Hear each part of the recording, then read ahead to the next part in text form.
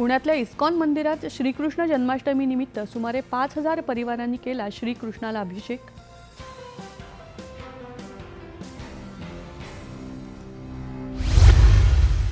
मुंबईमधल्या अंधेरीतल्या वेसावे कोळीवाड्यात मांडवी गल्ली कोळी समाज संस्थेचे अध्यक्ष वीरेंद्र मासळी यांनी लाकडी काठीला टोकदार अणुकुचीदार भाला बांधून भाल्यानं फोडली दहीहंडी। धुळे जिल्ह्यातल्या प्रत्येक शाळेमध्ये सुरक्षाविषयक आवश्यक त्या सर्व उपाययोजनांची काटेकोरपणे अंमलबजावणी न करणाऱ्या शाळांवर कठोर कारवाई करण्याचा धुळ्याचे जिल्हाधिकारी जितेंद्र पापळकर यांचा इशारा। पुणे विद्यापीठात व्यसनमुक्तीवरील कार्यशाळा उत्साहात संपन्न।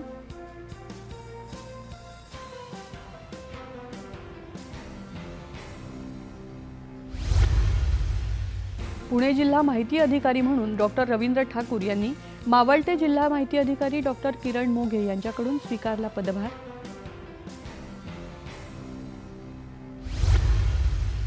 बीड जिल्ह्यात मांजरसुंबा बस स्थानकातून मागील 3 दिवसापासून एसटी बस येत नसल्यामुळे विद्यार्थ्यांनी मुख्याध्यापक आणि शिक्षकांना सोबत घेऊन बस स्थानकात केलं ठिय्या आंदोलन।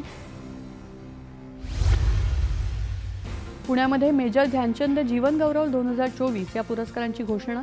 विविध क्रीडापटू आणि क्रीडा प्रशिक्षकांचा पुरस्कारार्थ्यांमध्ये समावेश।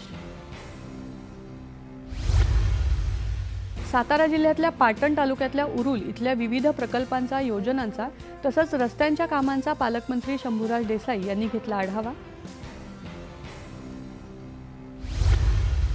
आणि सिंधुदुर्ग जिल्ह्यात मालवण इथल्या राजकोट किल्ल्यावरच्या छत्रपती शिवाजी महाराजांच्या पुतळ्याची हानी झाल्याच्या घटनेचा निषेध म्हणून आज मालवण शहरात स्वयंस्फूर्तीनं